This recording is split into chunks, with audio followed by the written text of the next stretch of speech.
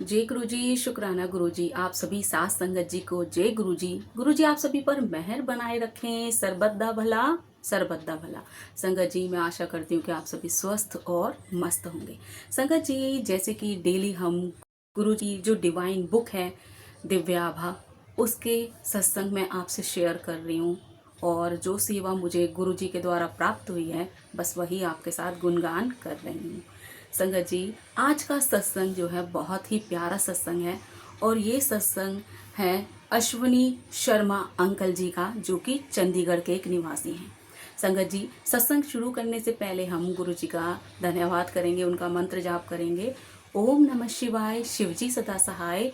ओम नमः शिवाय, गुरु जी सदा सहाय। जय जय गुरु जी, शुक्राना गुरु जी। संगत जी सत्संग इतना प्यारा है ना कि टाइटल भी इन्होंने बहुत प्यार दिया है। मुझे मृत घोषित कर दिया गया था कि अंकल जी को मृत घोषित कर दिया था, डॉक्टर ने हाथ खड़े कर दिए थे, जवाब दे दिया था कि इनकी डेथ हो चुकी है। लेकिन किस तरीके से गुरुजी ने आगे बढ़कर अपने संगत को संवारा, या कह सकते हैं उसके प्राण उसमें वापस डाल दिए। यमराज से कैसे लड़े हैं संगत जी, कह सकते हैं यमराज को भी भगा दिया। यमराज को भी गुरु जी के आगे घुटने टेकने पड़ गए और वो भी वहां से उन अंकल जी को छोड़कर चले गए। तो ये एक अद्भुत सत्संग है संगत जी, और कई लोगों के साथ ऐसे चमत्कार हुए हैं। अभी मैंने रिसेंटली एक सत्संग सुना था जिसमें एक अंकल जी बता रहे थे कि वो उनके जो एक फ्रेंड थे उनकी डेथ हो गई थी और सब घर में रो रहे थे और शोर शराबा मचा हुआ था। उनके परिवार वाले बड़े परेशान, उनकी मम्मी बहुत रो रही थी। सडनली क्या हुआ कि जो अंकल जी को पता चला, उनकी मदर को पता चला, तो वो गुरु जी के भक्त हैं। उन्होंने बोला कि गुरु जी के स्वरूप के आगे जोत जगाकर बैठ गई। आंटी जी ने गुरु जी से प्रेयर की कि गुरु जी ऐसा मत करो, हमारा पड़ोसी है, वो उन्हीं के ही नेबर थे कि हमारा पड़ोसी है, ऐसा मत करो। अभी उसके छोटे छोटे बच्चे हैं, इतना उसको जीवन दान दो ताकि वो अपने बच्चों का भरण पोषण कर पाए, उनको इस लायक बना पाए, उनको स्टैंड करा पाए, ताकि वो बच्चे सरवाइव कर सके आगे भविष्य में। संगत जी आप बिलीव नहीं करेंगे, गुरुजी ने उनकी कृपा ऐसी सुनी, उनकी ऐसी पुकार सुनी, ऐसी अरदास सुनी कि उन पर कृपा हो गई। वो आंटी जी कहती हैं कि मैं बैठी हुई थी और मुझे सडनली क्या दिखाई दिया, जो गुरुजी का स्वरूप है एकदम से गुरुजी के स्वरूप में जो गुरुजी का फेस है, जो उनका आभा मंडल है, इतना एकदम शाइन करने लगा कि जैसे स्वयं उसमें गुरुजी पधार गए हैं। और कहते जोत जो थी, कहते संगत जी जोत इतनी फड़फड़ा रही थी, इतनी प्रज्वलित हो रही थी, इतनी ऊंची उठ रही थी कि समझ नहीं आ रहा था हमें क्या हुआ है। तो आंटी जी कहती है जो हमने गुरुजी के स्वरूप के साथ में त्रिशूल रखा हुआ था उस पर एकदम लाइट पड़ी और वो लाइट इतनी तेज थी कि हम चकाचौंध हो गए। कहते मैं जोर से चिल्लाई और मैंने अपने बेटे को आवाज लगाई। कहते मेरे बेटा और बहू दोनों भाग कर आए और किस तरीके से उन्होंने वो चमत्कार देखा। और उसके थोड़ी सी देर बाद ही जो पड़ोसी थे, जो कि डेड घोषित कर दिए थे डॉक्टर ने, घर में राट लगा हुआ है, चीख पुकार लगी हुई है, सब रो रहे थे। यहाँ तक कि जो उनके रिश्तेदार थे उनको कॉल करके बुलाया जा रहा था। लेकिन संगत जी किस तरीके से वो अंकल में एकदम प्राण आ गए और वो जीवित हो उठे।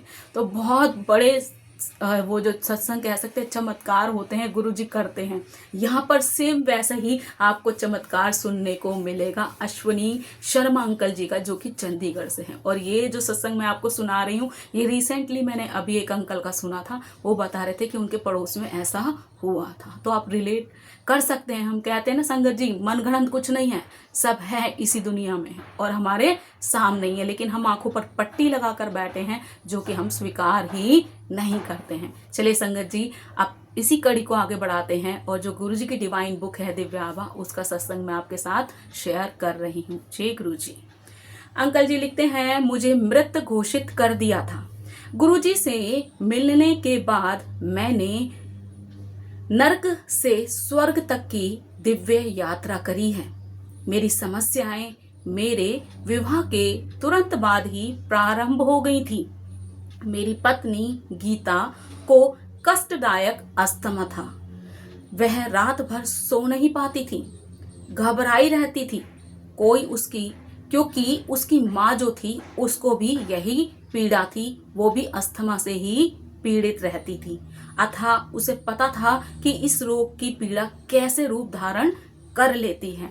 यहाँ पर अंकल जी बताते हैं कि जो शादी जब अंकल जी की हुई आंटी जी से, उनका नाम गीता था, तो कहते कि जब मेरी शादी हुई, शादी के विवाह, वो कहते विवाह के उपरांत ही मैंने कष्टदायक नरक का सा जीवन जिया, देखा एक तरीके से, क्योंकि उनकी पत्नी जो थी उनको अस्थमा था। अस्थमा आप सभी जानते हैं, पंप रखते हैं, सांस नहीं आती है, बहुत बुरी क्रिटिकल कंडीशन हो जाती है एक अवस्था में। तो वो कहते हैं कि जो उनकी वाइफ थी गीता, उनको अस्थमा था और वो रात भर सो नहीं पाती थी उससे। और ये बात आंटी जी, जो गीता आंटी हैं, वो भी बहुत अच्छे से जानती थी, क्योंकि उनकी सेम कंडीशन जो थी उनकी मदर की भी थी। मतलब माँ से बच्चे को, बच्चे से बच्चे को, ये पीढ़ी दर पीढ़ी चलता रहता है संगत जी, एक से दूसरे को पहुंचता है, दूसरे से तीसरे को।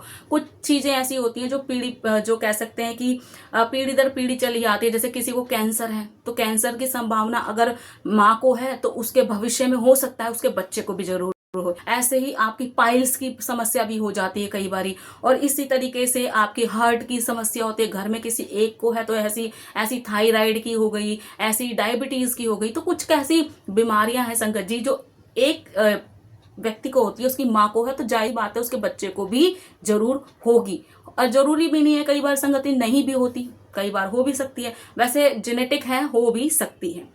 तो यहाँ कहते हैं कि उनकी मम्मी को भी इस तरह की बीमारी थी, तो वो जानती थी अच्छी तरीके से आंटी कि किस तरीके से इसमें क्या क्या परेशानी हो सकती है। अब आगे लिखते हैं, जैसे ये कम नहीं था, कहते ये तो मेरे लिए जैसे कम ही बात नहीं थी, मेरी बेटी तानिया को भी दमा हो गया। मैंने आपको बताया जेनेटिक हो सकते हैं, नानी को थी पहले, फिर इनकी मम्मी को लगी, फिर अब उनकी बेटी को भी हो गई तानिया। 3 पीढ़ी आप देख रहे हैं, पहली इनकी पत्नी की माँ, फिर इनकी पत्नी, और तीसरी इनकी बेटी। कहते वो ही समस्या, वो तो मैं बर्दाश्त कर रहा था जैसे तैसे, लेकिन अब क्या था, यही दमे की अवस्था या कह सकते हैं अस्थमा की जो तकलीफ थी या पीड़ा थी, जो बीमारी थी, वो मेरी बेटी को भी लग गई थी। पूरा परिवार हम परेशान रहता था। उनकी औषधियों के लिए मैं बाजार में चक्कर काटता रहता था। उनका आहार बहुत ही संतुलित रहता था। वह अति क्षीण हो गए थे और उनके शरीर और मुख का रंग भी काला पड़ गया था। परेशान होते हैं तो लिमिटेड चीजें खाने को बोलते हैं डॉक्टर। जब हम लिमिटेड चीजें खा रहे हो और दुनिया भर की आपको परेशानी हो, तो धीरे धीरे संगत जी आपकी बॉडी पर इफेक्ट पड़ता है। और जो मेडिसिन लेते हैं, बहुत सी संगत का कलर भी बहुत डाउन हो जाता है। अलग अलग बीमारियों के अलग अलग सिम्टम्स होते हैं। तो यहाँ पर क्या हुआ, जो औषधियां वगैरह ले रही थी वो, उनसे उनके शरीर का रंग भी काला पड़ता जा रहा था। फिर इस दास को गुरुजी के दर्शन का सौभाग्य प्राप्त हुआ। केवल गुरुजी को ही हमारी नाटकीय जीवन का ज्ञान था। वह असंभव को संभव कर सकते थे। इस प्रकार गुरुजी के मात्र कल्याण कर दिता कहने से गीता और तान्या दोनों स्वस्थ हो गए थे। किसी ने से मेरे से पूछा कि किसी के कल्याण कर दीता करने से, कहने मात्र से कोई असाध्य रोग कैसे मुक्ति पा सकता है, उससे असाध्य रोग से कोई कैसे मुक्ति पा सकता है। वास्तव में मनुष्य के लिए संभव ही नहीं है। कहते हैं अंकल जी कि जब ये गुरुजी से मिले तो कहते हैं कि गुरुजी ने पहली बार ही मिलकर इनकी पत्नी गीता और उनकी बेटी तान्या को कल्याण कर देता, ये ऐसे शब्द कहे। तो अंकल जी कहते हैं सिर्फ वो कल्याण कर देता वर्ड बोलने से ही मेरी पत्नी और बेटी दोनों स्वस्थ हो गए। अगर नॉर्मल सा व्यक्ति इस तरह की बातें करे तो सब उसको पागल बोलेंगे संगत जी, और ये फैक्ट है। जैसे हम लोग भी अभी गुरुजी की बातें करते हैं ना संगत जी, और कई बार ड्रीम दर्शन देते हैं गुरुजी, बहुत सारी बातें होती हैं, हमें थॉट्स आते हैं या विजुअलाइजेशन हो जाता है कई बारी, और ड्रीम में भी दर्शन देते हैं, और कई बार साक्षात भी दर्शन दे जाते हैं कई लोगों को। तो अगर वो ऐसे लोगों को बताते हैं ना जो भगवान को मानते ही नहीं, उनकी आस्था ही नहीं है, तो वो सोचते हैं ये पागल है, पागल जैसी बातें कर रहा है, ये कर रही है। तो यहाँ पर अंकल जी कहते हैं कि वास्तव में मनुष्य के लिए संभव ही नहीं है। अगर कोई कहते हैं जो कल्याण कर दिया, तो ऐसा पॉसिबल ही नहीं है। तो कौन कर सकता है, ये सिर्फ एक भगवान ही कर सकते हैं। पर गुरुजी तो स्वयं ईश्वर हैं, और ईश्वर वह सब कर सकता है जो सामान्यता सबके लिए संभव नहीं है। कि वह तो स्वयं ईश्वर है, और ईश्वर वो सब कर सकते हैं जो दूसरों के लिए संभव नहीं है। गुरुजी के आशीष सर्व फलदायी हैं। अपनी पत्नी और पुत्री के स्वस्थ होने के पश्चात मुझे लगा कि मैं स्वर्ग में हूँ। कहते हैं जो परेशानी में झेल रहा था अपनी विवाह के बाद से पत्नी को परेशान होते देखा, फिर बेटी हुई तो बेटी को भी वही समस्या आ गई। कहते जो समस्या मैं इतने दिनों से झेल रहा था वो गुरुजी से मिलने के बाद एक करके खत्म हो गई, और ऐसा मुझे ऐसा प्रतीत हो रहा था कि मैं नरक से निकलकर कहाँ पहुंच गया हूँ, सीधा स्वर्ग में पहुंच गया हूँ। थोड़े दिनों बाद मुझे गुरुजी की सहायता की आवश्यकता पड़ी। 5 अगस्त 2004 की रात्रि को मेरी छाती में पीड़ा होने लगी। चिकित्सक के पास जाने पर उसने प्राथमिक चिकित्सक देकर मुझे घर लौटकर पूर्ण विश्राम करने को कहा। प्रातःकाल उठने के आधे घंटे बाद वेदना पुनः आरंभ हो गई। उसके साथ ही बाई भुजा में भी पीड़ा थी। सब हृदय रोग के लक्षण के थे। चिकित्सक ने पुनः प्राथमिक उपचार करके मुझे लुधियाना के हीरो हार्ट सेंटर में ईसीजी कराने के लिए भेज दिया। अब यहाँ अंकल जी कहते हैं अब क्या हुआ, वो तो कहते हैं मैं तो स्वर्ग में ही पहुंच गया था, क्योंकि इनकी पत्नी और बेटी की जो समस्याएं थी वो तुरंत ही गुरुजी ने समाप्त कर ली थी। लेकिन अब क्या हुआ, फिर कहते हैं कि वजह मुझे दोबारा फिर गुरुजी की आवश्यकता पड़ी। कौन सी आवश्यकता, उनकी सहायता की आवश्यकता पड़ी।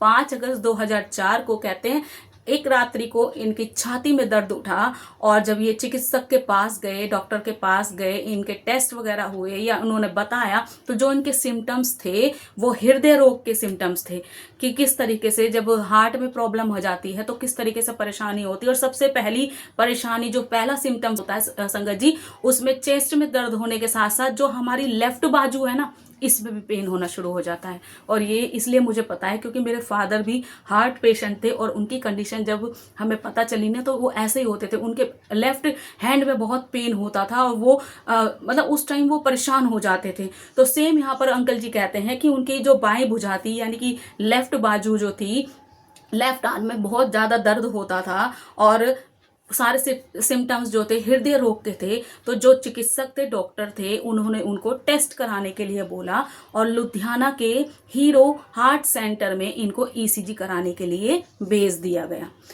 भेजा रिकमेंड कर दिया। मैंने अपने एक मित्र से मुझे गुरुजी के पास ले जाने की विनती की। कहते मैंने अब अपने दोस्त से बोला कि मुझे गुरुजी के पास ले जाओ, जैसे तैसे करके मुझे गुरुजी के पास ले जाओ। अगले दिन 6 अगस्त को उन्होंने मुझे गुरुजी का चित्र दिया। कहते कि मैंने अपने दोस्त को बोला 4 तारीख को ये डॉक्टर देखे, 4 तारीख को इनको प्रॉब्लम हुई रात में, 5 तारीख को ये डॉक्टर के पास गए, और 6 तारीख को इन्होंने 5 तारीख को ही अपने मित्र से बोला उसी दिन ही कि मतलब इनको गुरुजी के पास ले जाओ, और 6 तारीख को इनके दोस्त ने गुरुजी का इनको स्वरूप दे दिया। मेरी वेदना तुरंत समाप्त हो गई। कहते जैसे स्वरूप मेरे पास आया तो जो मेरी पीड़ा थी, जो इनको दर्द हो रहा था, वो तुरंत ही समाप्त हो गया, खत्म हो गया। 7 अगस्त को चिकित्सकों ने परीक्षण करने पर देखा कि मेरे हृदय की 2 धमनियां बंद थी, और उन पर शल्य चिकित्सा करी। कहते कि 7 तारीख, अब उनको जो पेन हो रहा था उससे तो उनको छुटकारा मिल गया, खत्म हो गया वो पेन। लेकिन क्या हुआ, 7 तारीख को जब इनका ईसीजी के बाद जो टेस्ट कराया गया तो उसमें पाया गया कि जो इनकी जो 2 नसें थी वो ब्लॉक थी। जो 2 धमनियां थी, जो 2 नसें होती ना, वो आपके ब्लड को जो सर्कुलेट करती, आपके हार्ट को जो ब्लड सर्कुलेट करती हैं, वो जो नसें होती हैं, वो कहते हैं कि 2 मेरी ब्लॉक थी, 2 धमनियां नसें ब्लॉक थी। उन पर शल्य चिकित्सा करी। कहते हैं अब उस पर ट्रीटमेंट किया, जैसे वो वाल्व डालते हैं, एंजियोग्राफी करते हैं, इस तरह के काम किए जाते हैं। उसी दिन संध्या को मेरी हृदय गति रुक गई। कहते हैं अब क्या हुआ, जब इस तरह का उनका ट्रीटमेंट हो रहा था तभी उनकी हृदय की गति रुक गई, मतलब हृदय गति रुक गई। मुझे और क्या बता दिया गया, मुझे मृत घोषित कर दिया गया। कहते मैं मतलब इनका हृदय रुक गया, क्योंकि जब तक हम किससे जीवित है संगत जी, सांस के थ्रू। और जब तक हमारा हार्ट काम कर रहा है, हमारे और ऑर्गन तो फिर भी हम रात को सो रहे हैं, उनको रेस्ट मिल जाता है, लेकिन जो हमारा हार्ट है ना, वो दिन रात मेहनत करता है। अगर वो पंप नहीं करेगा और आपको ब्लड, आपकी बॉडी के पार्ट्स में ब्लड जो है वो कह सकते हैं टाइम टू टाइम नहीं भेजेगा, तो क्या होगा, हमारी मृत्यु हो जाएगी। और कई तो ऐसा होता है कि मृत्यु के बाद भी जो हमारा हार्ट होता है ना, ऐसा बोलते हैं डॉक्टर, वो पंप करता रहता है। अब ये पता नहीं कि सच में ऐसा होता है, लेकिन सुना है मैंने ऐसा। अब लेकिन यहाँ पर क्या था, इनको मृत घोषित कर दिया इनके, क्योंकि हृदय की गति अचानक रुक गई थी। और कई क्या होता है, आपने देखा होगा, फिल्म वगैरह में भी देखते हैं या वैसे भी देखते हैं, जब वेंटिलेटर पर व्यक्ति होता है, आर्टिफिशियल उसको सांस दी जाती है या कुछ भी है काम कर रहा है, तो आपको ईसीजी वगैरह पे देखते हो ना, आप पीछे लगा होता है, तो किस तरीके से वो काम कर रही होती है, जो मशीनें होती है उसमें दिखाई देता है आपकी हार्ट की वो जो सारी चलती रहती है पीछे। इतना तो टेक्निकल मैं नहीं जानती संगत जी, ना मुझे इतने टेक्निकल वर्ड पता उसके, लेकिन है कि उसमें पता चलता रहता है कि आपका हार्ट है वो कितना वर्क कर रहा है या नहीं कर रहा। उसमें आपको दिखता है ना, वो टेढ़े मेढ़े सी लाइन सी आती रहती हैं। तो यहाँ पर वो कहते हैं कि अब उनकी हार्ट की गति रुक गई थी और डॉक्टरों ने उनको मृत घोषित कर दिया था। तथापि चिकित्सकों की इस घोषणा के बाद मुझे पुनः चेतना आ गई। अब क्या था, अचानक से इनको चेतना आ गई। मुझे ये ज्ञान नहीं है कि कितना समय बीत गया था। कहते मुझे इतना नहीं पता था कि कितना समय हो गया है, लेकिन क्या था, वो जीवित हो उठे थे। चिकित्सकों को झटका तब लगा जब मैंने उनके मेरे नाम और पते से संबंधित प्रश्नों के उत्तर दे दिए। कहते जब झटका तो उनको इसलिए लगा कि मैं जिंदा भी हो गया और जो मुझसे प्रश्न कर रहे हैं मैंने उसका सही जवाब दिया, अपना नाम बताया। उन्होंने मेरे से मेरा एड्रेस पूछा तो मैंने अपना एड्रेस भी बताया। कहते हैं ये सुनकर, मेरे उत्तर सुनकर वो बहुत चक्के रह गए। यह देख के उनके प्रश्नों के उत्तर मैं दे रहा हूँ, वह मुझे तुरंत शल्य कक्ष में लेके, कहते तुरंत वो ओपीडी में उनको लेकर भागे कि ये क्या हो गया, कि अब आपको घोषित कर दिया, आप मृत हो गए, आपकी डेड बॉडी, भाई आपको अनाउंस कर दिया कि आपकी डेथ हो गई है। तो आप क्या करोगे? फैमिली रोएगी, दुख पहुंचेगा उनको, जिनके साथ जुड़े हुए हैं उनको दुख पहुंचेगा। और क्या करेंगे, अपने रिश्तेदारों को बुलाते हैं कॉल करके कि अब आ जाइए, आखिरी बार आप मिल लीजिए, उनके अंतिम दर्शन कर लीजिए। अब क्या था, वो जो टाइम वाइम जो रहा होगा उस टाइम के दौरान ही इनके प्राण वापस आ गए। और जब इनसे क्वेश्चन पुटअप करे गए, इनसे पूछे गए, तो उन्होंने हर क्वेश्चन का जवाब दिया। और फिर बाद में डॉक्टर भी अचंभे में आ गए और तुरंत इनको लेकर गए, ताकि और भी क्या कर सकते हैं, अब और क्रिया करे जा सके। उन्होंने स्वीकार किया कि मैंने उन्हें अत्यंत भयभीत कर दिया था। मुझे पता है कि मैं आज गुरु के कारण ही जीवित हूँ। मृत होने के पश्चात केवल ईश्वर नव जीवन प्रदान कर सकते हैं, अतः गुरुजी ही ईश्वर हैं। यहाँ पर कहते हैं कि मुझे सब पता है। डॉक्टर तो भयभीत हो गए थे, क्योंकि डॉक्टर भी भगवान का ही रूप है संगत जी, और अपनी तरफ से वो पूरी कोशिश करते हैं, लास्ट मोमेंट तक वो अपनी जान लगा देते हैं सबको ठीक करने के लिए। और वो अनफॉर्चुनेटली एक दुख का कोई केस होता है जिसमें वो बेचारे धरे जाते हैं या उनका टाइम खराब होता है, कुछ भी कह सकते हैं। तो लेकिन डॉक्टर भी भगवान का रूप है, जो पूरा अपना कह सकते हैं आखिरी दम तक वो लड़ते हैं अपने पेशेंट को ठीक करने के लिए। तो कहते हैं कि एकदम में जैसे आया तो डॉक्टर डर गए, उनसे बातचीत हुई तो कहते हैं मुझे सब पता है कि मुझे किसने जीवन दान दिया, गुरुजी ने दिया। और गुरुजी कौन है? स्वयं भगवान है। शीघ्र ही चिकित्सकों ने पूछा कि मैं चिकित्सालय में क्या कर रहा हूँ, मुझे घर नहीं जाना? निश्चित ही मुझे जाने की उत्सुकता थी। संगत के 2 सदस्य और मित्र श्री नरेंद्र और उनकी पत्नी मुझे दिल्ली से मिलने आए। उस समय तक मैं काफी स्वस्थ था और घर आ गया था। 2 सप्ताह के बाद मैं गुरुजी को अपना आभार प्रकट करने दिल्ली गए। यहाँ पे कहते हैं कि जब मुझे मेरा ट्रीटमेंट हो गया तो फिर ये वार्ड वगैरह में गए होंगे, तो डॉक्टर कह रहे थे तुम यहाँ क्या कर रहे हो, तुम्हें तो घर जाना चाहिए। तो कहते हैं मैं अपने घर जाने के लिए बड़ा उत्सुक था। अब क्या हुआ कि थोड़े से दिन बाद जब ये अपने घर पहुंचे तो संगत के, गुरुजी की और भी संगत है ना, तो गुरुजी की संगत में नरेंद्र अंकल और उनकी पत्नी जो थी वो इनसे दिल्ली से मिलने के लिए आए थे। और कहते हैं कि उसके बाद मैं भी, जब मैं काफी स्वस्थ हो गया था और थोड़े समय बाद मैं स्वयं गुरुजी का धन्यवाद करने के लिए दिल्ली आया था। गुरुजी के यहाँ मैंने चिकित्सकों के खान पान के परामर्श की अवज्ञा कर लंगर ग्रहण कर लिया। मैंने टिक्कियां और गोलगप्पे प्रसाद के रूप में खाए। अब मैं पूर्णतः संतुष्ट और स्वस्थ हूँ। मैं गुरुजी की कृपा से ही लिख पा रहा हूँ। यहाँ अंकल जी कहते हैं कि जो डॉक्टरों ने मुझे एडवाइस दी थी, आपको जानता है हार्ट पेशेंट जो है उसको लिमिटेड चीजें होती हैं खाने के लिए, तला बुला नहीं खाना, ऑयली नहीं खाना, बहुत सारी चीजें होती हैं। तो कहते मैंने उसकी अवहेलना कर दी, जो डॉक्टरों ने इनको बताया था। कहते मैंने उस खान पान की अवहेलना कर दी और मैंने गुरुजी के यहाँ पर लंगर खा लिया। इसके अलावा मैं टिक्कियां खाई, मैंने गोलगप्पे खाए, और वो किसके रूप में? प्रसाद के रूप में खाए। और आज मैं बिल्कुल स्वस्थ हूँ, और सब किसकी कृपा से है? गुरुजी की कृपा से है, तभी मैं ये लिख पा रहा हूँ। लिख रहे हैं ना वो, क्योंकि बुक में तो लिखे हुए सत्संग ही आए हैं संगत जी। गुरुजी से मिलने के पश्चात मुझे प्रतीत होता है कि मुझे इस संसार में सब कुछ प्राप्त हो गया है, मैं अति प्रसन्न और चिंता मुक्त हूँ। कहते हैं सब कुछ प्राप्त हो गया, मैं बहुत खुश हूँ और चिंता से मुक्त हो गया हूँ। गुरुजी ने मुझे अपने अनेक अन्य रूपों में भी दर्शन दिए हैं। अनेकों बार उन्होंने ऐसे असंभव दृश्यों के दर्शन कराए जो सामान्यतः नहीं दिखते। एक दिन जब मैं गुरुजी के पास बैठा था तो गुरुजी मेरे सर से मेरे शरीर में प्रवेश कर गए। मैंने सोचा थोड़ी देर में वह बाहर आ जाएंगे। वह बाहर आए तो और उन्होंने शिव का रूप धारण कर लिया। मैंने माँ गंगा ने उनके केशों से निकलकर मेरे शरीर में प्रवेश किया। उसके पश्चात उनके शरीर से शेषनाग निकलकर इस दास के कपाल से प्रवेश कर गया। शेषनाग ने ओम और ओम नमः शिवाय मेरे पूरे शरीर पर लिख दिया। शेषनाग ने मेरे शरीर से स्टंट भी निकालकर बाहर फेंक दिए। अब वह मेरे शरीर और हृदय की देखभाल कर रहे हैं। यहाँ पर अंकल जी लिखते हैं कि गुरुजी ने इनको अनेक तरह से दर्शन दिए इनका कल्याण करने के लिए। और एक बार तो ऐसा चमत्कार हुआ, आप खुद ही सुन रहे हैं।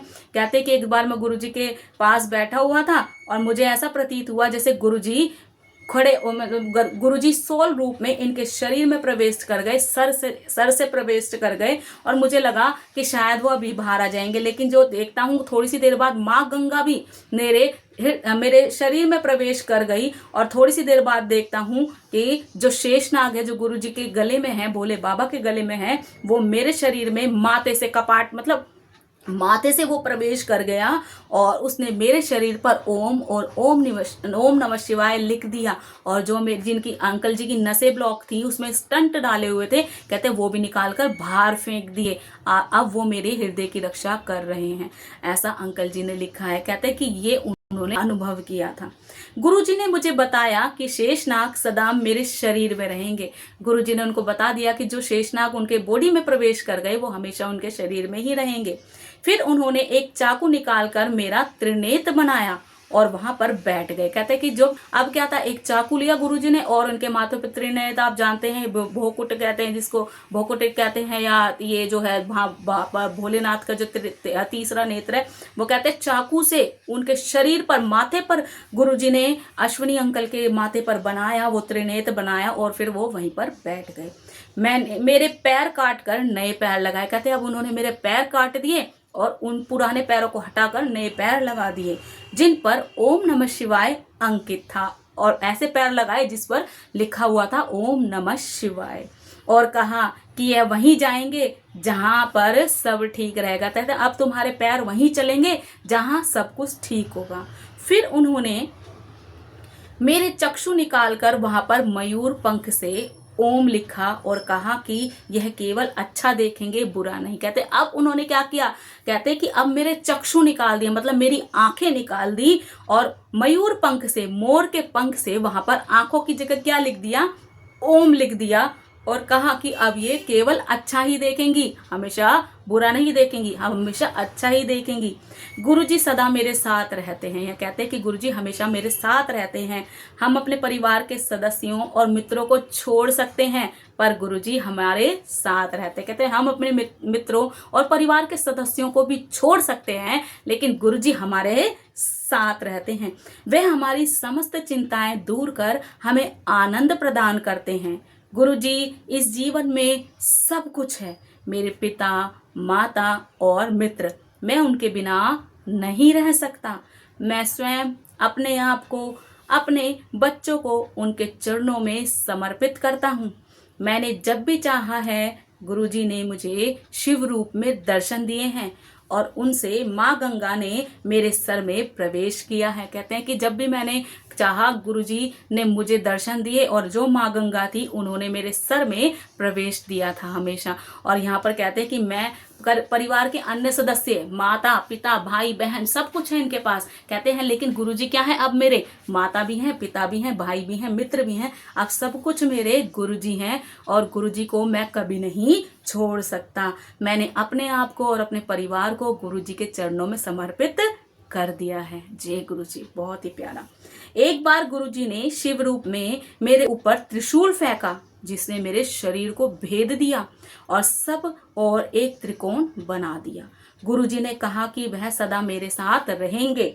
कुछ अंतराल बाद गुरुजी ने मेरा हृदय निकालकर एक नया हृदय लगा दिया और कहा कि अब कभी कोई समस्या नहीं होगी। यहाँ कहते हैं कि एक बार इनको ऐसा भी प्रतीत हुआ कि गुरुजी ने दूर से इनको त्रिशूल फेंक कर मारा और वो त्रिशूल इनके शरीर को भेदता चला गया, मतलब आरम पार चला गया शरीर के और एक त्रिकोण सा बना दिया जैसे उसने। और गुरुजी ने कहा कि वो हमेशा उनके साथ ही रहेंगे। और थोड़ी सी देर बाद इनको क्या प्रतीत हुआ कि गुरुजी ने इनका जो दिल था, वो हृदय था, जो दिल था वो निकाल दिया, पुराना दिल निकाल दिया और उसकी जगह नया दिल लगा दिया और कहा कि अब इसमें कोई समस्या नहीं रहेगी, क्योंकि हार्ट से रिलेटेड थे ना, हार्ट पेशेंट थे, तो कहते हैं अब इसमें कोई समस्या नहीं रहेगी। पिछले वर्ष 17 मई 2006 को मुझे स्वप्न आया कि 2 यमदूत श्वेत वस्त्रों में मेरे पास आए। वह कह रहे थे कि मेरा समय समाप्त हो गया है और साथ चलने के लिए कहा। तुरंत गुरुजी प्रकट हुए और उन्होंने यमदूतों को कहा कि उनके साथ नहीं जा रहा हूं। यमदूतों ने गुरुजी को कहा कि वह मुझे लेने आए हैं। गुरुजी ने उनको कहा कि यद्यपि मेरा समय समाप्त हो चुका है, मैं अभी पृथ्वीलोक पर और रहूंगा।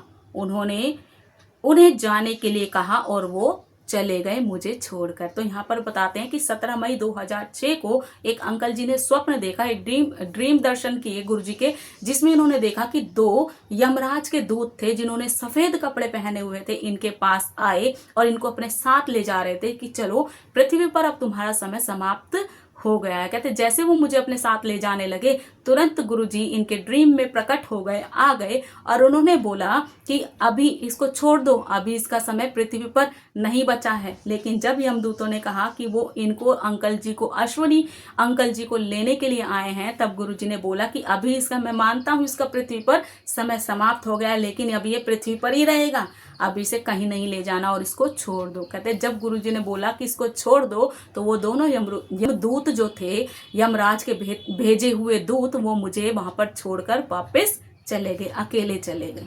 मैं उठा और समय देखा, रात्रि के 1:45 बजे थे, मतलब 1:45 बज रहे थे रात्रि के। इनकी ड्रीम जब टूटा तो कहते हैं रात के 1:45 बज रहे थे। मेरा हृदय पेंच की भांति कसा हुआ था। गुरुजी ने पुनः मेरे जीवन की रक्षा करी थी और मैंने उनका धन्यवाद दिया। कहते हैं मेरा जो दिल था एकदम कसा हुआ था, ऐसा लग रहा था कि पता नहीं मैंने क्या देख लिया। होता है ना कि सपने में भी हम डर जाते हैं, इस तरह की कंडीशन अगर हो जाए, भगवान अगर आ रहे हैं, जब गुरुजी आपको ड्रीम में देखते हैं तो आप भौचक कैसे हो जाते हो जब ड्रीम से उठते हो। तो सेम अंकल जी के साथ हुआ। कहते मेरा जो दिल था वैसे, मतलब उसमें कसाव महसूस हो रहा था और मैंने फिर मुझे लगा कि गुरुजी ने फिर मेरी रक्षा की है और मैंने उनके उठकर तुरंत ही धन्यवाद किया। उन्होंने मुझे बार बार जीवन प्रदान किया है। मेरी उनसे विनती है कि वह 100 जन्मों तक मुझे अपने कमल चरणों में स्थान दे और मैं उनकी अभिलाषा के अनुसार कार्यरत रहूं। मैं अपने आप को उन्हें सुपुर्द करता हूँ। यहाँ पर अंकल जी कहते हैं कि मैं चाहता हूँ कि अगले 100 जन्मों तक वो मेरे साथ ही रहें और मुझे अपने कार्यों में लगाए रहें। मैं उनके चरण कमलों में बैठा रहूं, जैसे वो मुझे कार्य करने को कहेंगे मैं वैसा ही करूंगा, क्योंकि मैं अपने आप को उनके सपुर्द कर चुका हूं, मतलब सरेंडर कर चुका हूं अपना, और उन्होंने मुझे कई बार जीवन दान दिया है। मुझे उनके साथ अपनी अनुभूतियां का अधिक ज्ञान नहीं है। जब भी मैं उनकी ओर देखता हूँ, मुझे आकाश से उनके दिव्य रूप पर गुलाब की पंखुड़ियां गिरती हुई दिखाई देती हैं। मैं उनकी दया से नर्क से स्वर्ग तक गया हूँ और प्रार्थना करता हूँ कि मैं उनकी आशा के अनुरूप कार्य करता रहूं और किसी भी कारण से कभी भी विचलित ना हूं। तो यहाँ अंकल जी कहते हैं कि मैं गुरुजी से कब से जुड़ा हुआ हूँ, उनके साथ मेरी क्या क्या अनुभूतियां हैं, क्या क्या एक्सपीरियंस हैं, वो मुझे नहीं पता, मैं नहीं जानता। जब मैं उनकी ओर देखता हूँ तो मुझे ऐसा लगता है जैसे आकाश से आसमान से फूलों की गुलाब की वर्षा हो रही है, उनकी पंखुड़ियों की वर्षा हो रही है और किसके ऊपर गिर रही है, गुरुजी के ऊपर गिरती हुई दिखाई देती है। मैं उनकी ही दया से नर्क से सीधा स्वर्ग तक, मैंने रास्ता देखा है नर्क से स्वर्ग तक जाने का, और मैं उनसे प्रार्थना करता हूँ कि उनकी आशा के अनुसार ही मैं कार्य करूं, कि जो भी काम मैं कर रहा हूं सब उनकी आज्ञा के द्वारा पूरा हो, और वो किसी कारण से मैं कभी विचलित ना हूं, और किसी भी कारण से कोई भी परिस्थिति कैसी भी आ जाए मैं कभी भी विचलित ना हूं, और जो वो मुझसे करवाना चाह रहे हैं वो मैं करता रहूं। बहुत ही प्यारा सत्संग था अंकल जी का। और संगत जी, ये फैक्ट है, जो गुरु जी कराते हैं वो करवा लेते हैं। जैसे मैं आज आपके सामने खुद अपना एग्जाम्पल दूंगी संगत जी, ये तो हम पढ़ ही रहे हैं, ये तो दिव्य अनुभव है लोगों के, लेकिन हम अगर कहते हैं ना आम जनता, मैं तो आम जनता ही हूँ एक तरीके से। मैंने गुरुजी को साक्षात तो नहीं देखा चोले में, लेकिन मैं एज अ संगत कह सकती हूँ, जो मैंने एक्सपीरियंस खुद लाइफ में किए हैं, मैं तो उसी के अकॉर्डिंग बता रही हूँ ना आपको, कि मैं खुद कहती हूँ कि मैं आज आपके सामने सेवा प्रस्तुत कर रही हूँ, ये मैं नहीं कर रही संगत जी, ना मेरा चैनल है ये संगत जी, मैं तो सिर्फ उनके कहे अनुसार उनका कार्य कर रही हूँ। जो सेवा दी है बस सिर्फ उसी को आगे बढ़ा रही हूँ। और संगत जी, सबसे बड़ी बात मुझे ये है लगती है गुरु जी की, कि वो जो चाहते हैं ना जिस संगत से, वो करा ही लेते हैं। आप करने वाले कौन नहीं हैं, आप एक निमित्त कह सकते हैं, एक निमित्त माध्यम है, एक माध्यम है, एक मीडिएटर है जो उनके कार्य के द्वारा कर रहे हैं। हम एक कठपुतली हैं, जैसे वो नचा रहे हैं हम नाच रहे हैं। तो संगत जी, यही है कि जो गुरुजी आपसे कार्य करवाने हैं करवा कर ही रहते हैं, चाहे आप कितने भाग लीजिए। मैं तो गुरुजी से बहुत बच बच के भागी हूँ संगत जी। मैंने 7 साल तक माना ही नहीं। मैंने 7 साल पहले देखे थे गुरुजी, तो मैं तो उस टाइम बहुत हंसी थी, बहुत मजाक बनाया था, लेकिन बाद में 7 साल के बाद कैसे वो मेरे जीवन में आए और उन्होंने जो हाथ थामा है ना संगत जी, अब उन्होंने थामा है। मैं तो छोड़ दिया था संगत जी, क्योंकि मैं तो गुरुजी से को नहीं जानती थी। खैर, मैं तो भोले बाबा को ही मानती थी पहले, बाद में पता चला कि गुरुजी ही महाशिव का रूप है, तो विश्वास नहीं हुआ और मजाक बनाया बहुत। लेकिन बाद में जब उन्होंने परीक्षा ली ना, क्योंकि परीक्षा तो लेते हैं ना, हम तो मूर्ख हैं, हमें क्या पता क्या क्या हम देख रहे हैं, तो परीक्षा ले रहे थे वो मेरी, कि तू वो मुझे मतलब मैं उनको मानती भी हूँ नहीं मानती, लेकिन उन्होंने अपना कहते हैं ना चमत्कार किया। जब तक चमत्कार है ना, चमत्कार को ही नमस्कार है। जब तक संगत के जीवन में चमत्कार नहीं होगा तो आप विश्वास नहीं करते, और एक इंसान में कहाँ आप भगवान को ढूंढ सकते हो, पॉसिबल नहीं है। लेकिन वो तो स्वयं साक्षात महाशिव थे, और हम भूल जाते हैं शिव महापुराण में गुरुजी से जुड़ने से पहले 21 साल की आयु में वो पढ़ चुकी थी। और मेरे घर में मेरे पापा ने मुझे बहुत सपोर्ट किया उस चीज़ को लेकर। स्पिरिचुअली जो पाथ है ना, वो मेरे फादर की वजह से बना संगत जी।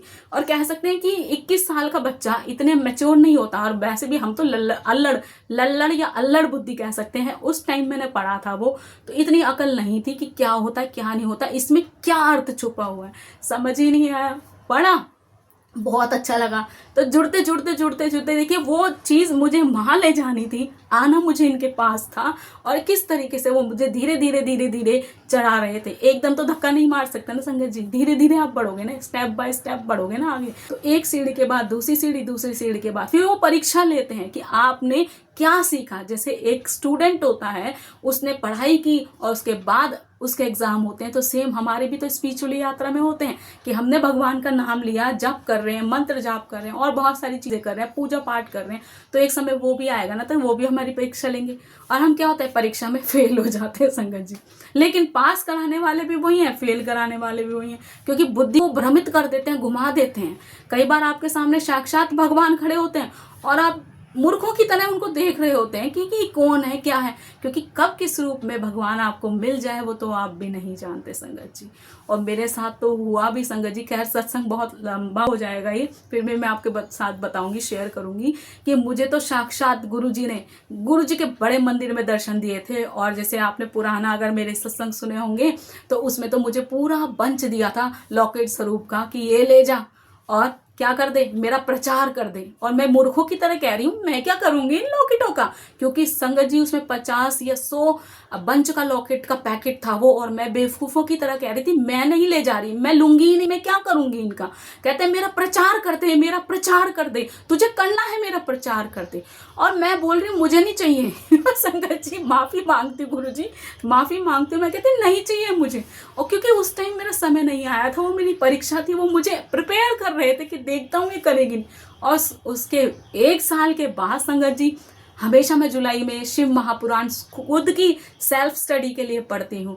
और मैं इस बार पिछले साल मैं सोच रही थी कि गुरुजी अब तो शिव महापुराण का टाइम हो गया है, अब तो शिव महापुराण पढ़ूंगी। लेकिन गुरुजी हर साल आप मुझे शिव महापुराण पढ़ा देते हो, कुछ स्पेशल तो कराते नहीं हो। और उस टाइम संगत जी मुझे ऑटोबायोग्राफी ऑफ अ योगी एक संगत के सत्संग सुनकर पता चली थी। और मैंने बार बार वो आ रहा था, 3 बार जब वो आया, क्योंकि 3 बार जब हमारे पास कॉल होती है, गुरुजी 3 कॉलिंग करते हैं उसके बाद खत्म। तो तीसरी बार जो संगत सुना, सत्संग सुना मैंने, तो मैंने बोला कि गुरुजी की कोई आज्ञा है, रजा है, मंगा लो। मैंने बुक मंगाई और संगत जी मैंने सिर्फ वो ऐसे करके देखी कि ये बुक है, अच्छा ये है, ये बाबा जी हैं, इनके बारे में बतानी थी। वो बस बोला तो सडनली मेरे लेफ्ट कान में, मुझे नहीं पता गुरुजी लेफ्ट में ही बोल कर जाते हैं, वो मैंने एक और संगत से सुना था सत्संग में कि वो लेफ्ट में ही बोलते हैं, लेफ्ट कान में ही बोलते हैं, कि लेफ्ट कान में वो बोल कर गए कि तेरी सेवा है और तुझे करनी है। अब मैं फिर परेशान, मैंने बोला लो भैया वो लॉकेट वाली सेवा तो मुझसे मैंने करी नहीं, अब ये बुक की ओर सेवा लो जी। अब मैं परेशान, मैंने फिर गुरुजी को एक आंटी, गुरुजी के चैनल सत्संग सुनते हैं जैसे, तो आंटी जो सोनिया आंटी हैं आप सभी जानते हैं, तो ऑटोबायोग्राफी ऑफ अ योगी उन्हीं की चैनल पर मैंने बताई थी। और आत्मकथा वाली आंटी नाम भी मेरा उन्हीं के चैनल से पढ़ा, तो मैंने उनसे पूछा, तब मुझे पता चला कि इस तरीके से जो बुक होती है उसकी सेवा की जाती है। और गुरुजी ने देखिए आज मैं पटर पटर पटर, सॉरी संगत जी जो बोल रही हूँ ना, सब इन्हीं की वजह से।